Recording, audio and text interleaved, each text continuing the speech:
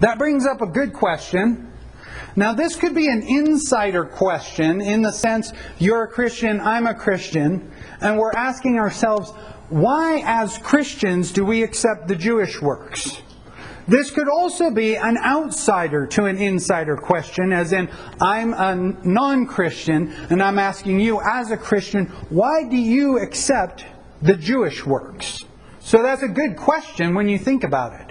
But you do have to keep in mind that especially during this time period, in the first century, the line between Christianity and Judaism is definitely not as clear as it is today. Today, we actually count ourselves as completely different religions, with completely different traditions, with completely different ways that we express religion, right?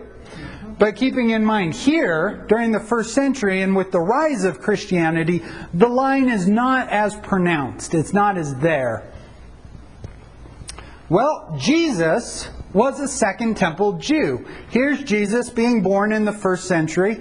He's born of Jewish parents. He's circumcised on the 8th day. And he grows up in Nazareth, right? As a good, Sabbath-observing, law-reading Jew, right?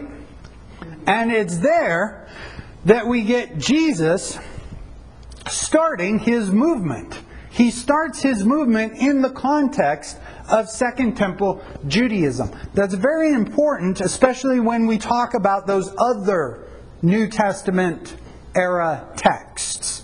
Those other books that paint Jews bad, that paint the God of Judaism bad, that decide that Jesus was never really Jewish.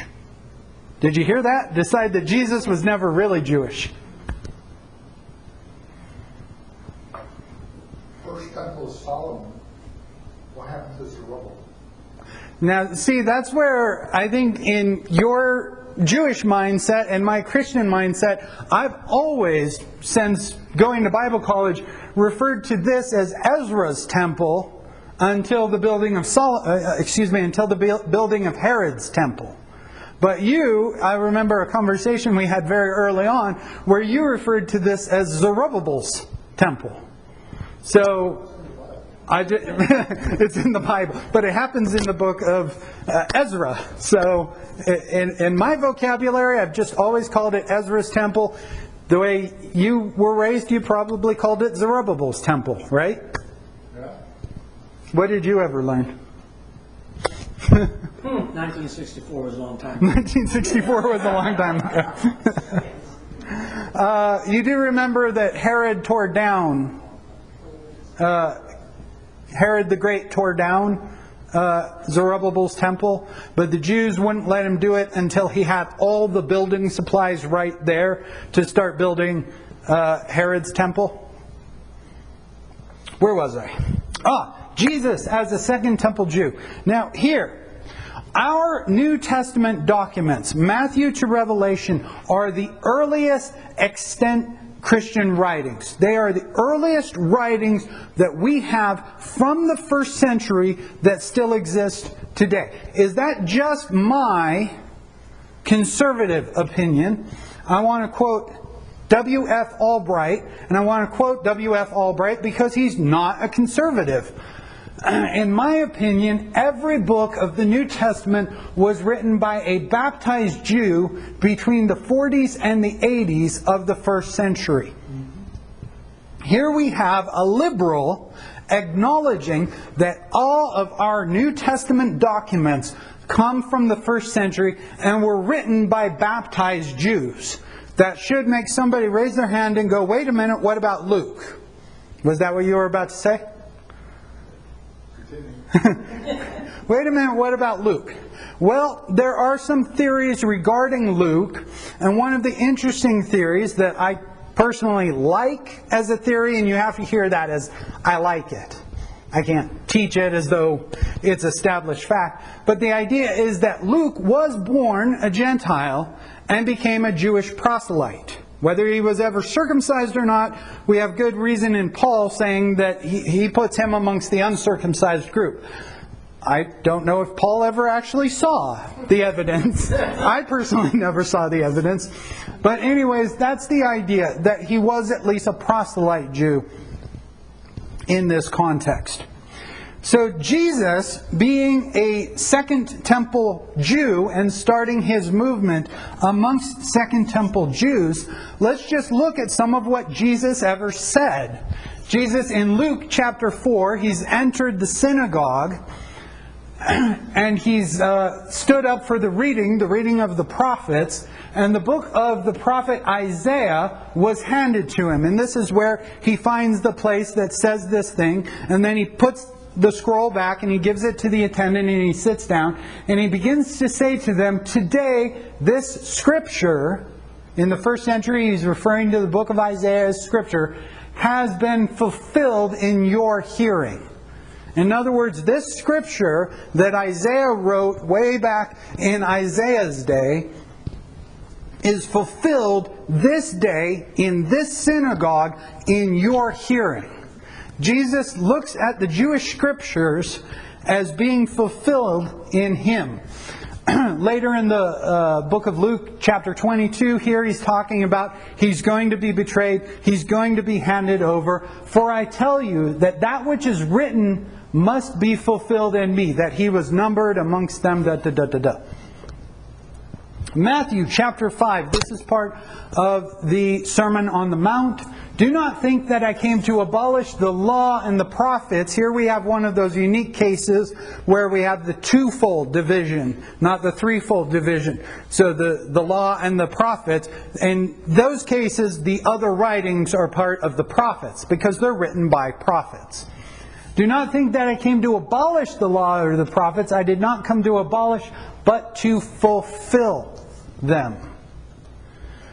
Later in Matthew 26, once again, he's talking about what's going to happen, how he's going to be handed over, and how he's going to be killed, and that he could stop this, but how then will the scriptures be fulfilled that say it must happen this way?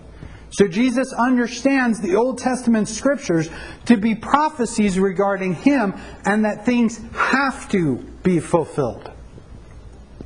Back to Luke chapter 24.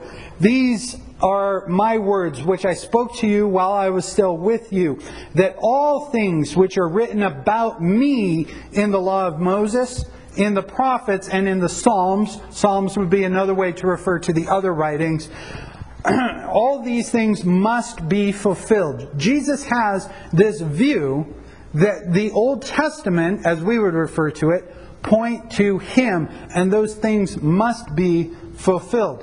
When he gets into arguments with the religious leaders, here's the time that they ever came to him and said, Moses said that we can get divorced. What do you say? Jesus says, have you not read that he who created them from the beginning, in the beginning God created, from the beginning made them male and female? What does he do when he's encountering Jews? He refers to the Jewish scriptures. Jesus goes on in Luke chapter 11, from the blood of Abel to the blood of Zechariah. He's saying that the judgment will come on these people. The judgment due from the blood of Abel, Genesis, to the blood of Zechariah. What we would call 2 Chronicles. From the beginning of the Bible till the end of the Bible. Remember that the Jewish Bible ends with Chronicles. Jesus refers to Jonah the prophet, David, Abraham, Isaac, Jacob, Daniel the prophet, and Moses. So Jesus has a very high view of the Jewish scriptures, doesn't he? Now what about the other writings? In Paul, that is the Paul letters, we have 45 references from Torah, either a direct quote or a reference.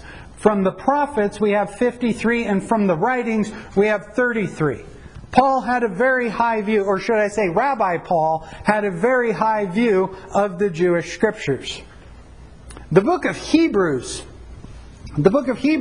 who we don't know who exactly wrote it, quotes from Genesis, Exodus, Leviticus, Numbers, Deuteronomy, Joshua, Judges, Samuel, Kings, Isaiah, Jeremiah, Daniel, Micah, Habakkuk, however you pronounce that word. How do you pronounce Habakkuk? Oh, okay. I've also heard I've heard it pronounced Habakkuk. Haggai and Psalms should actually be up there. I caught myself the other day. How does the book of Hebrews begin? He begins by quoting the Psalms, doesn't he?